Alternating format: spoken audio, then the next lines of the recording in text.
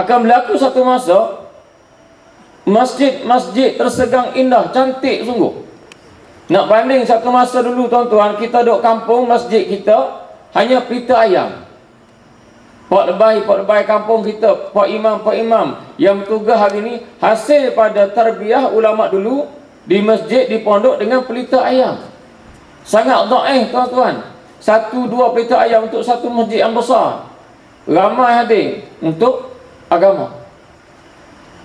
Hari ini Nabi peringatkan kepada kita betapa masjid ni cantik sungguh. Cantik dan besar. Ada aircon. Dulu kipas angin pun tak ada tuan-tuan. Wa hiya kharabun minal huda. Tetapi ingat, diberi amaran oleh Nabi sallallahu alaihi wasallam bahawa masjid tadi kosong daripada hidayah. Sebab apa? Banyak sebab tuan-tuan. Saya cuba kemukakan seberapa ringkas yang pernah disebut oleh Nabi sallallahu alaihi wasallam ataupun yang diberi tunjuk ajar oleh Allah Subhanahu wa taala yang dipimpin oleh para ulama. Antara sebab mengapa masjid kita tidak jadi sumber hidayah untuk tempat kita tuan-tuan. Kita datang masjid, isteri kita datang masjid, anak-anak kita datang masjid untuk ibadah kepada Allah, tetapi hasil daripada ibadah yang dia buat kosong, tak dapat petunjuk. Apabila seseorang hamba itu berdiri pada makam taufik, disebut oleh ulama-ulama lama, saya guna bahasa lama tuan-tuan, saya ni orang kampung. Apabila manusia itu berdiri atas makam taufik dan menyempurnakan diri mereka pada makam tersebut, maka akan menghasilkan hidayah Allah. Hidayah datang kemudian, taufik dulu tuan-tuan. Hidayah dengan maksud petunjuk datang kemudian. Hidayah dengan maksud ilham datang awal. Saya maksudkan hidayah yang maksud cahaya. Cahaya akan datang pada kita sesudah kita berdiri pada makam taufik yang sempurna. Baik, kita datang masjid tuan-tuan, sama ada datang untuk ibadah sembahyang ataupun untuk kuliah agama atau sebagainya, itu adalah salah satu ibadah, salah satu jalan untuk kita takarrub dengan Allah, nak mendekatkan diri dengan Allah Ta'ala. Tetapi apa yang kita perhatikan pada hari ini, proses yang kita lalui ini tak menghasilkan buah, iaitu hidayah daripada Allah. Sebab apa? Banyak perkara tuan-tuan. Antara sebab apa berlaku sekarang ini, apa yang pernah digambarkan oleh Nabi sallallahu alaihi wasallam. Karena kita tinggal 4 perkara. Apa yang diasaskan oleh Nabi sallallahu alaihi wasallam ketika bina saja Masjid Nabawi, ketika bina saja Masjid Quba, terus berjalan bina Masjid Nabawi. Ya, kalau kita pergi Madinah ini, kita ziarah Nabi di Masjid Nabi. Oleh kerana manusia pada hari ini, kita pada hari ini tuan-tuan, kebanyakan tempat kita di Malaysia kita ke di mana-mana saja, 4 amalan Masjid Nabawi ini tidak diamalkan, maka Allah akan timpakan musibah dalam agama sebagaimana berlaku pada hari ini. Yang pertama tuan-tuan, amalan yang kita tinggal, amalan masjid, amalan surau, amalan madrasah, amalan pondok, apa nama sekalipun, kalau tinggal 4 perkara ni, tak jadi baik. Yang pertama, mereka tidak jadikan masjid mereka sebagai tempat untuk mengajak manusia kepada Allah. Mereka tidak jadikan masjid tempat nak mengajak manusia kepada Allah, untuk menyuluh manusia, dakwah manusia. Jangan tuan-tuan tengok sini. Sini alhamdulillah baik, sentiasa hidup banyak ilmu. Kalau tuan-tuan pergi Terengganu, contoh tempat kami di Terengganu, sekarang ini tak banyak masjid-masjid surau-surau yang diisi dengan pengisian yang diperintahkan oleh Rasulullah SAW, yang diasaskan oleh Nabi SAW. Ingat tuan-tuan, kalau masjid, kalau pondok, ribat, madrasah, apa saja nama, kalau semata-mata sebagai tempat untuk ilmu saja, tidak ada tempat untuk mengasuh manusia itu kepada Allah, nescaya tak dapat menghasilkan hidayah Allah. Tak dapat menghasilkan hidayah Allah. Sebab itu nak di masjid kita, tuan-tuan, kita mengasuh manusia.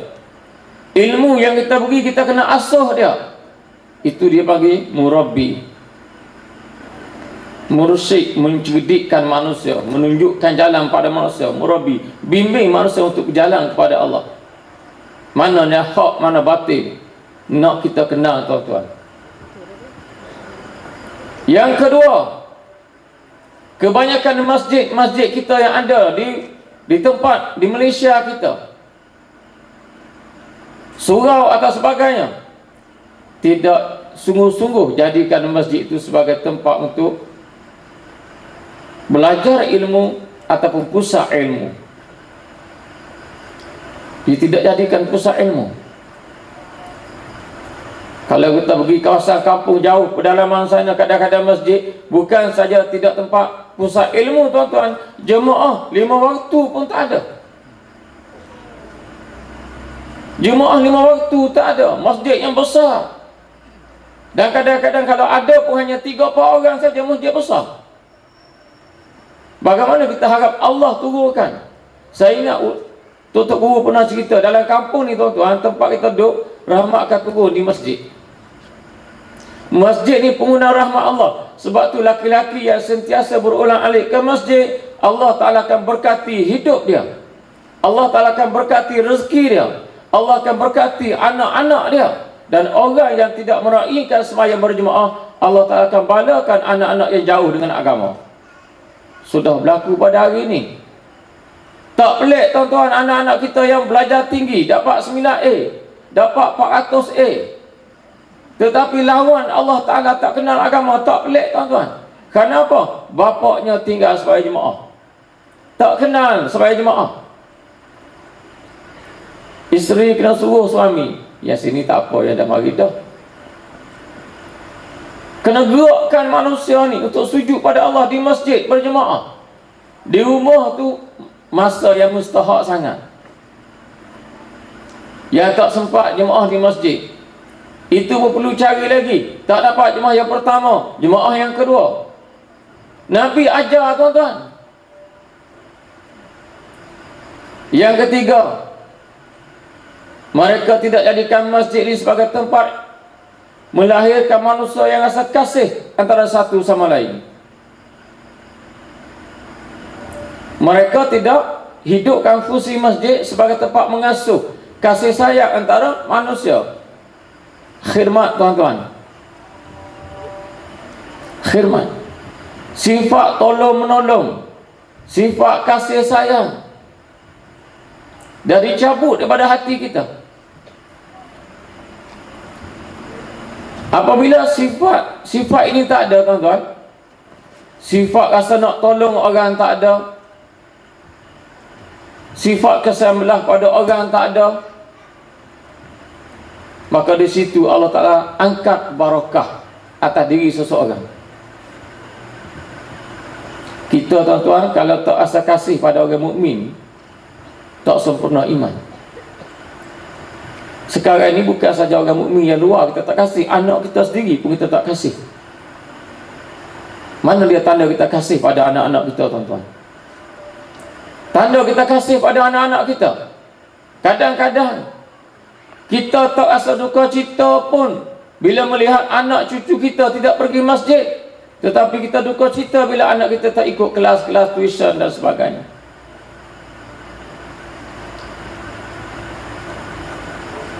Anak-anak kita kadang-kadang bercakap sesuatu yang tak patut mereka bercakap.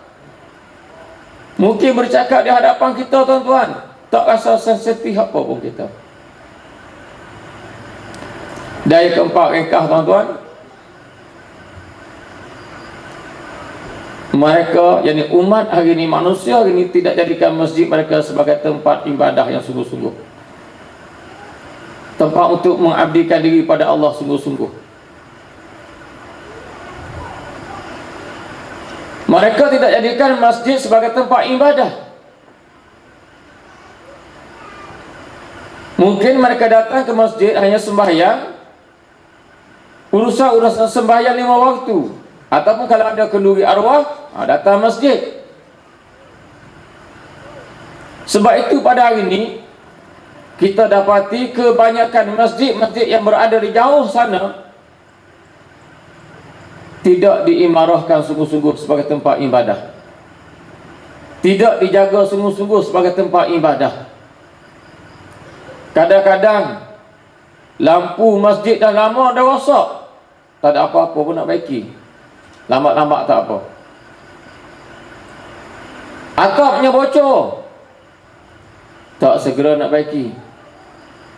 Kalau rumah kita tuan-tuan cat pudar pun nak cat baru.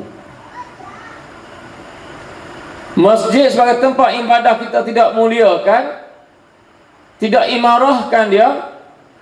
Sedangkan perkara lain, kenderaan kita, rumah tangga kita, sungguh-sungguh kita jaga, kita bela tuan-tuan. Disebabkan kita tak jaga amalan masjid ini, hak masjid, fungsi masjid, maka Allah akan balakan masyarakat kita pada hari ini sangat jauh dengan agama. Tak pelik tuan-tuan, walaupun ramai yang belajar di universiti, ramai yang keluar daripada universiti, yang Islam, yang agama ataupun tidak agama, yang luar negeri, dalam negeri, walaupun ramai yang belajar, tetapi kejahatan dalam agama semakin bertambah, jenayah semakin bertambah. Mana dia pelajar-pelajar yang belajar tak kira bidang apa, mana mereka ni yang sepatutnya mereka menjadi pelita bagi umat, pelita bagi manusia, tetapi sekarang mereka menjadi pembakar bagi manusia.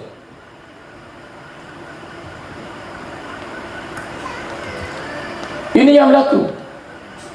Oleh kerana itu tuan-tuan, perlu kita kembali semula menghayati kehidupan kita ni. Dah sejauh mana kita tunaikan hak Allah dan Rasul. InsyaAllah mudah-mudahan Allah beri petunjuk pada kita. Hidup kita tak lama tuan-tuan, tak lama. Kita mati tak bawa dunia kita, walaupun sikit tak bawa, hanya sekadar kain putih. Jangan sampai kita mati dalam keadaan menyesal. Jangan sampai kita mati diazab oleh Allah. Tidak Allah pisahkan roh dengan jasad kita tuan-tuan, melainkan Allah tunjuk di mana kita nak pergi lepas pada tu. Wa'alaikumsalam tuan-tuan. Mudah-mudahan kita diberkati Allah. Wallahu a'lam.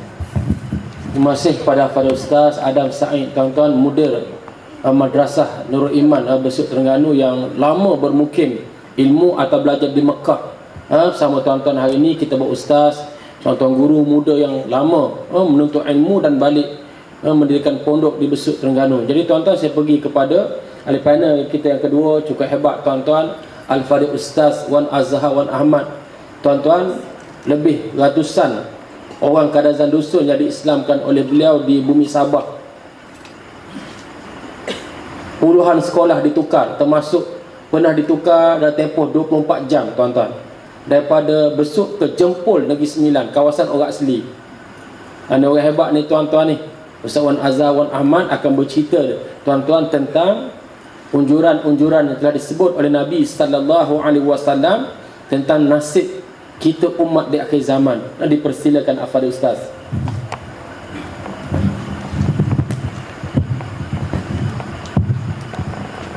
Assalamualaikum warahmatullahi wabarakatuh. Alhamdulillah wassalatu wassalamu ala Rasulillah wa ala alihi wa sahbihi wa mawala. Yang dihormati pengerusi majlis pada malam ini, Fadil Ustaz Ridwan Muhammad Noor, Fadil sahabat-sahabat saya di panel, Dr. Zuhdi, Fadil Sa'adam, Tuan Haji Ghazali selaku tuan rumah pada malam ini, tuan-tuan seluruh pimpinan masyarakat, tuan-tuan muslimin muslimat yang dihormati sekalian. Saya tertarik kepada apa yang disebutkan oleh Fadil Ustaz Sadam tadi tentang cabaran yang ada di hadapan kita yang telah disebut oleh Nabi sallallahu alaihi wasallam sejak daripada baginda bersama dengan sahabat-sahabatnya. Perkara yang disebut tadi merupakan sebahagian daripada apa yang dinyatakan oleh Nabi sallallahu alaihi wasallam tentang suasana dan fenomena umat Islam di akhir zaman. Yang disebutkan oleh Nabi antaranya, sayati 'alan nasi zamanun la yabqa minal Islam illa ismuh wa la yabqa minal Qur'an illa rasmuh masajiduhum 'amirah wa hiya harabun minal huda. Gambaran yang Nabi berikan kepada sahabat-sahabatnya, walaupun peristiwa yang akan berlaku itu bukan di zaman baginda, bukan di zaman sahabat-sahabat Nabi, tetapi di zaman selepas daripada itu. Sehingga Nabi beri gambaran akhir zaman nanti ada manusia yang hanya namanya sahaja Muslim, namanya Muslim tetapi akhlaknya jauh daripada kehidupan Muslim. Sehingga ada ulama yang menyebutkan bahawa sewaktu Ustaz Fathi Yakan, seorang ulama, almarhum Ustaz Fathi Yakan, ditanya oleh muridnya tentang apakah dia Islam, Ustaz Fathi Yakan menceritakan dahulu tentang suasana umat Islam. Inna kathiran minan nas muslimuna bil huyya aw muslimuna li'annahum wulidu min abawaini muslimain. Dia nak beri gambaran bahawa masyarakat Islam hari ini ramai, tetapi ramai masyarakat Islam ini hanya secara kebetulan dilahirkan oleh ibu bapa yang Islam, maka dia juga dinamakan sebagai orang Islam.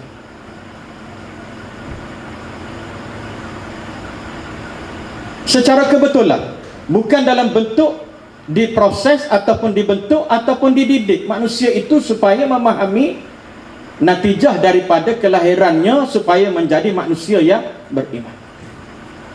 Sebab gambaran manusia ini dia tidak nampak tasawur Islam, gambaran Islam yang sebenar bagaimana, corak yang harus dilalui, yang harus dirintis sebagai seorang Muslim.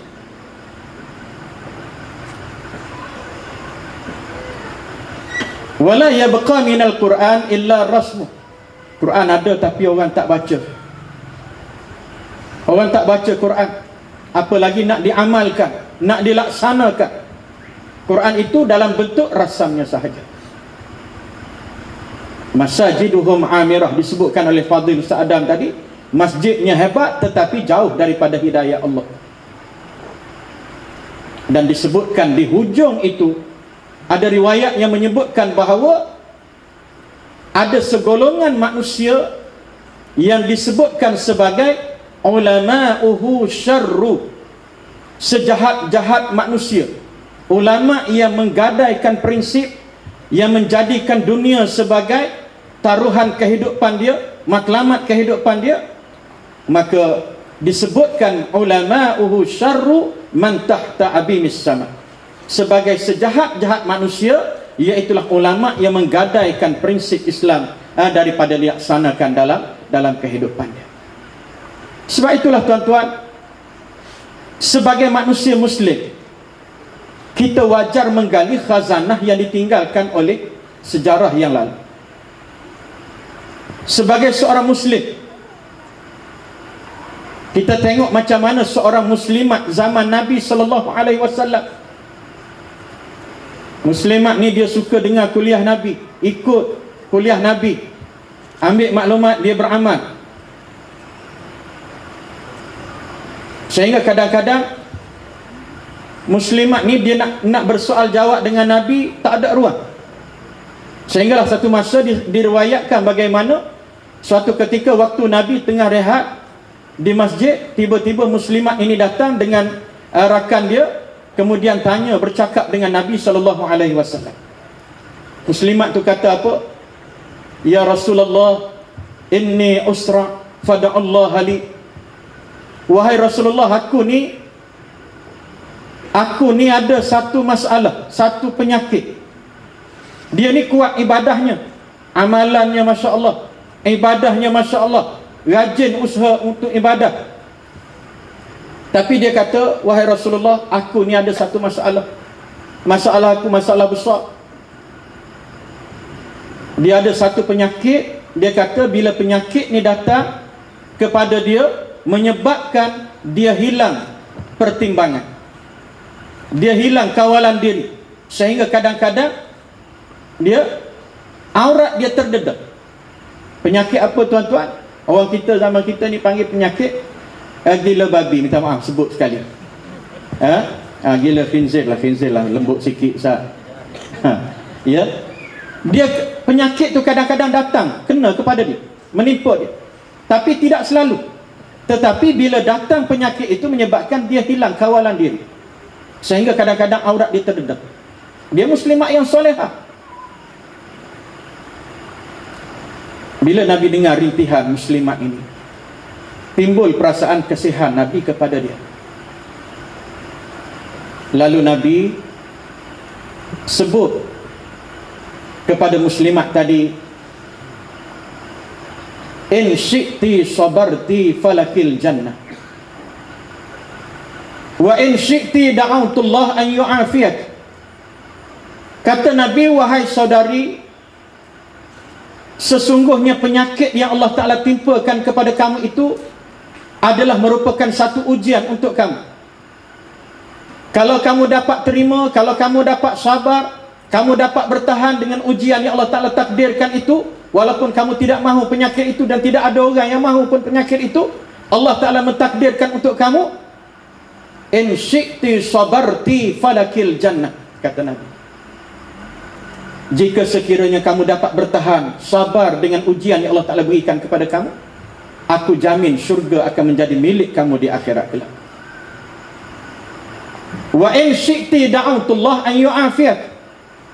Tapi kalau sekiranya kamu tidak dapat bersabar, ujian yang Allah Ta'ala berikan, kamu tidak dapat bersabar, kamu minta aku doa kepada Allah, dan barangkali Allah Ta'ala boleh sembuhkan penyakit kamu, jika itu yang kamu mahu, aku boleh lakukan. Tetapi di saat itu aku tidak jamin syurga akan jadi milik untuk diri kamu. Dua pilihan, dua choice. Sama ada nak pilih yang pertama ataupun yang kedua, nak bersara awal ataupun nak ikut pencen 60. Ada dua pilihan. Muslimat ni termenung, mana satu dia nak ambil? Saya nak pilih yang mana ni Ambil yang pertama, penyakit tak sembuh. Ambil yang kedua, Nabi tak jamin masuk syurga. Akhirnya dia jawab kepada Nabi SAW, ya Rasulullah, asbir ya Rasulullah, kalau itulah janjimu kepada aku, dengan sebab aku bersabar tadi, Allah Ta'ala akan anugerahkan kepada aku syurga di akhirat kelak, maka aku berjanji di hadapanmu, hai Rasulullah, untuk aku memilih bersabar, kerana aku yakin syurga akan menjadi milik aku di akhirat kelak. Muslimat yang tahu perjalanan hidup dia nak pergi ke mana. Sebab kelebihan yang Allah Ta'ala bagi kepada golongan Muslim, waktu Nabi jumpa musyrik, perkataan yang Nabi sebut, aslim taslam yu'tikallahu ajraka marratain. Saudara, terimalah Islam, ambillah Islam, terimalah Islam, aslim taslam, nescaya kamu akan selamat, kata Nabi. Batu kita ni tuan-tuan, dari segi Islam kita kena jaga. Cabaran yang ada di hadapan kita cukup banyak. Kadang-kadang matlamat kehidupan manusia berubah dengan sebab dunia. Dengan sebab target dunia tu menyebabkan matlamat perjalanan hidup dia berubah. Nabi, tuan-tuan, saya ambil satu kisah yang berlaku kepada seorang sahabat Nabi namanya Uqbah bin Abi Mu'ayth. Bukan sahabat daripada peringkat awal. Mula-mula dia musyrik, kemudian dia beriman, lepas tu dia kafir balik. Na'udzubillah. Uqbah bin Abi Mu'ayth ni, dia duduk tak jauh daripada rumah Nabi, berjiran dengan Nabi. Satu hari Uqbah ni dia nak buat kenduri. Ada nak buat tahlil ke apa tak tahulah. Musyrik. Lalu dia pun pergi panggil saudara-saudara dia, kawan-kawan dia yang musyrik. Dia tak panggil yang Islam. Sebab kalau dia panggil pun rugi kad jemputan dia. Orang ni tak datang, orang Muslim tak mari rumah kita. Dia panggil satu-satu sampai habis. Saudara-saudara dia dijemput. Akhirnya waktu dia dalam perjalanan balik ke rumah, dia teringat kepada Nabi sallallahu alaihi wasallam. Dia ingat kepada Nabi Muhammad. Sebab apa dia ingat kepada Rasulullah? Bukan asasnya kerana Muhammad itu Rasulullah, bukan dengan sebab Muhammad itu Rasulullah, tetapi kerana Muhammad itu adalah seorang lelaki yang digelar oleh masyarakat Mekah pada zaman itu sebagai rajulun syarif. Rajulun syarif. Muhammad ni orang yang mulia, lelaki yang mulia, akhlaknya baik, perangainya baik, sopan dan sebagainya. Lalu Uqbah bin Abi Mu'ayth pergi ke rumah Nabi, jemput Nabi untuk hadir kenduri. Nabi kata, insya-Allah kalau ada ruang masa aku akan pergi. Kalau tak belaga bertembung program, insya-Allah aku akan pergi. Hari kenduri tuan-tuan, orang dah ramai. Orang dah ramai datang rumah Uqbah ni. Tiba-tiba dengar satu suara berteriak, Muhammad, Muhammad. Suara tu sebut Muhammad, Muhammad. Suara ini menggambarkan satu manusia yang menjadi sebutan kepada masyarakat. Ya. Zaman sekarang ni sensitif. Bila tengok kereta PM masuk istana, besok berubah Syekh berubah. Ya. Sebab apa sensitif? Sensitif. Tak jadi tuan, tak jadi. 2-3 hari ni tak jadi. PM nak pergi umrah 3 hari bulan. Bila sebut Muhammad, Muhammad, orang mata semua sekali tertumpu kepada suara yang menyebut perkataan tadi. Lalu bila dia tunjuk kepada satu arah, semua manusia tertumpu kepada tempat yang ditunjuk oleh lelaki tadi. Mereka nampak Nabi sedang berada dalam perjalanan masuk ke kawasan rumah tersebut. Uqbah ni sedang hidang makanan pada masa itu. Masa itu tuan-tuan letak semua hidangan tadi, pergi berlari sambut Nabi. Allah, terima kasih banyak. Sudi datang. Ahlan wa sahlan wa marhaban bika. Welcome and welcome. Seronoknya Nabi. Dia ni bila tengok Nabi mari, bukan setakat diri dia seronok, dia perkenalkan kepada tetamu yang hadir. Orang besar-besar tu dia pernah habis. Ni pengurusi kampung kita ni, ketua kampung kita ni. Yang ni setiausaha, ni JKK. Dia sebut, dia jumpa semua sekali, dia tunjuk habis semua sekali tuan-tuan, perkenalkan. Akhirnya habis semua dah diperkenalkan, dia jemput Nabi duduk di satu tempat yang agak tinggi, tempat yang boleh dilihat oleh semua mata. Nabi duduk di situ dan Uqbah berbual sekejap dengan dia. Sembang. Uqbah kata, wahai Muhammad, duduk sekejap, saya nak masuk ke dapur. Dia pun angkat hidangan, hidang depan Nabi. Bila hidangan itu selesai tuan-tuan, Uqbah kata, faddal ya Muhammad. Silalah makan wahai Muhammad. Dia tak kata faddal ya Rasulullah sebab dia tidak beriman. Bila Nabi tengok hidangan, Masya Allah, selera. Kita lah membujur lalu melintang patah, sapu semua. Tak sompek nak berpaling ke kanan ke kiri. Ya. Pasal apa? Hidangan itu istimewa, special. Bila dipersilakan makan, Nabi tengok kepada hadirin yang ramai datang. Hadir kenduri semua mata rupa-rupanya sedang tengok kepada Nabi. Sebab apa mereka tengok kepada Nabi? Sebab mereka nak tengok sama ada Muhammad makan ataupun tidak. Tiba-tiba Nabi menolehkan mukanya ke arah Uqbah bin Abi Mu'ayth, tuan rumah. Kata Nabi sallallahu alaihi wasallam, wallahi la akulla ta'amaka hatta tu'minu billah. Demi Allah saudara, aku tidak akan makan makanan yang kamu hidangkan ini selagi mana aku tidak mendengar kamu beriman kepada Allah.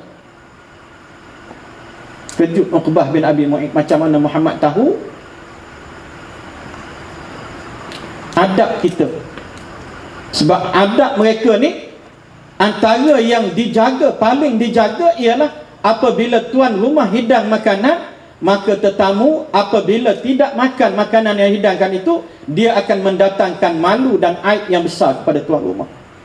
Uqbah ni risau kalau Muhammad ni tak makan, malu besar dia. Dia pusing belakang tengok kok wartawan sinar ada. Kalau ada tuan-tuan muka depan besok edisi Selangor saya.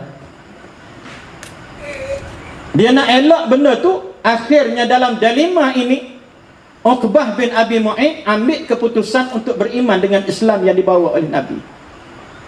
Dia kata, kalau begitu Muhammad, tak apalah aku beriman dengan Islam yang kau bawa. Dia pun bersyahadah depan Nabi. Lepas itu dia bersyahadah depan orang ramai. Selesai daripada situ, ya, berita tentang dia masuk Islam ni heboh ke seluruh Mekah. Akhirnya sampai kepada seorang rakan baik Uqbah bin Abi Mu'ayth, iaitulah Ubay bin Khalaf.